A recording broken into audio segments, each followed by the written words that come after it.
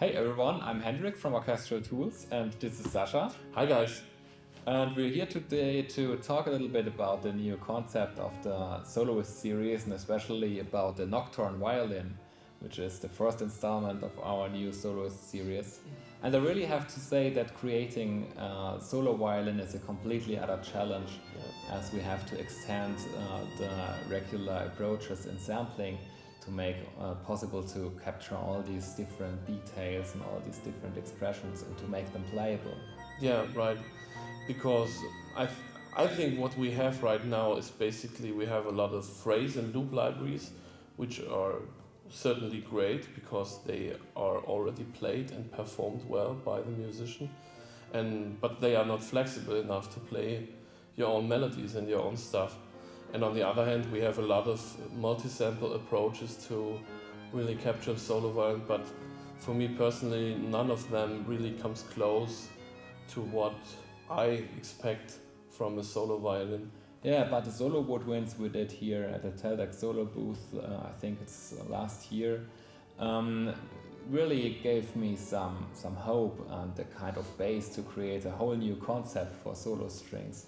Yeah, I think they were surprisingly successful. I never imagined before I have played them that a single layer, a single dynamic layer style solo instrument could work, but yeah, it really did. Yeah, and I think we made some wise decisions.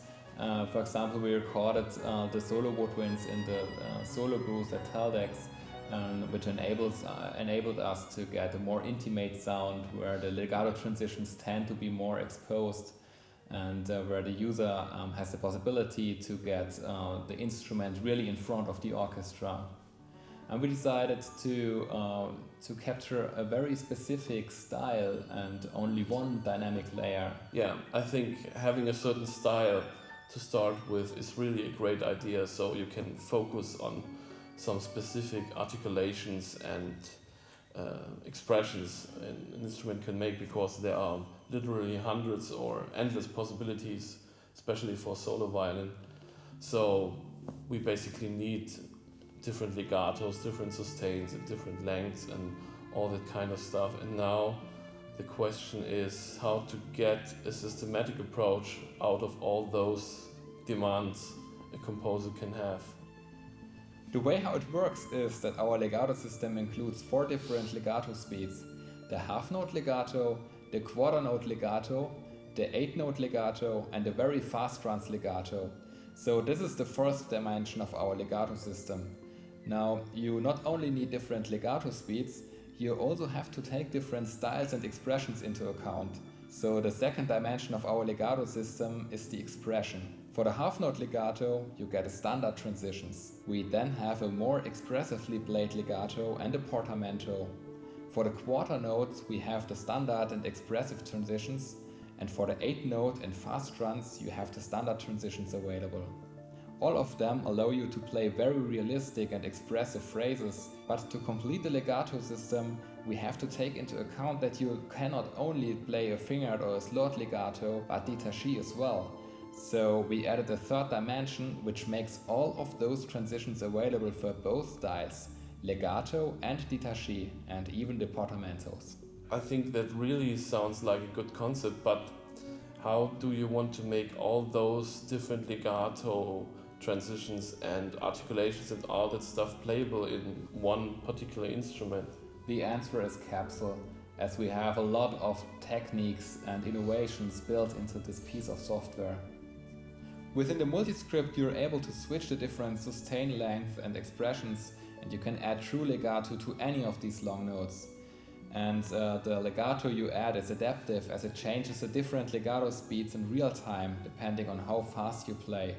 With the sustain pedal or any other CC controller, you can switch between détaché and slurred legato.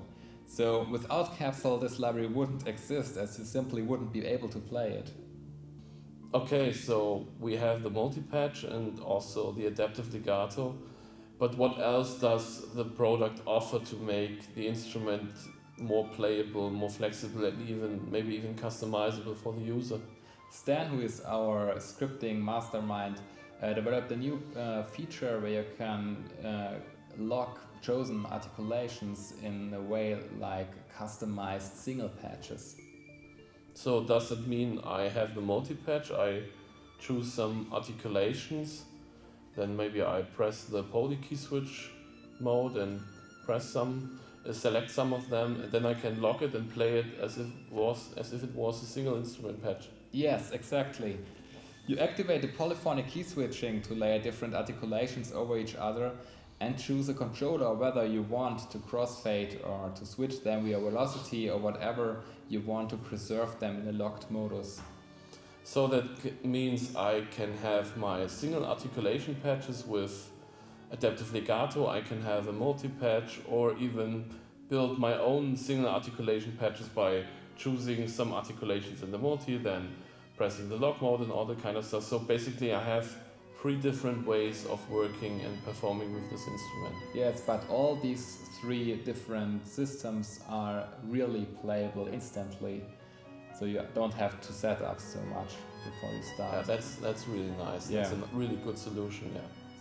All in all, we have a specific recording concept based on the solo woodwinds we already did, and we have a whole new legato system with different styles and expressions, détaché and slurred.